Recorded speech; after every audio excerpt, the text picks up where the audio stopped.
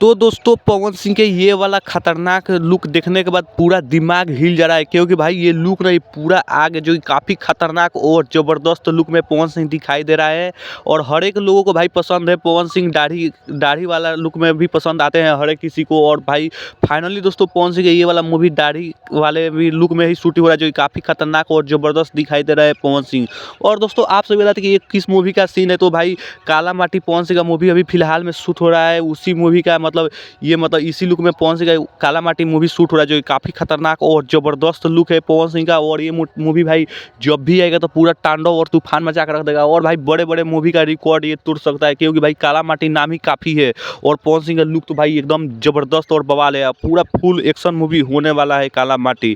तो दोस्तों आप सभी को क्या राय है कमेंट कर बताइएगा, लुक आप सभी को कैसा लगा कमेंट करके बताइएगा। और दोस्तों वीडियो अच्छा लगा तो चैनल को लाइक कीजिए, सब्सक्राइब कीजिए, शेयर कीजिए। फिर मिलते हैं किसी नेक्स्ट वीडियो में। और दोस्तों वीडियो काफ़ी खतरनाक है, ज़बरदस्त है, बवाल है। धन्यवाद दोस्तों वीडियो देखने के लिए, टाटा बाय बाय।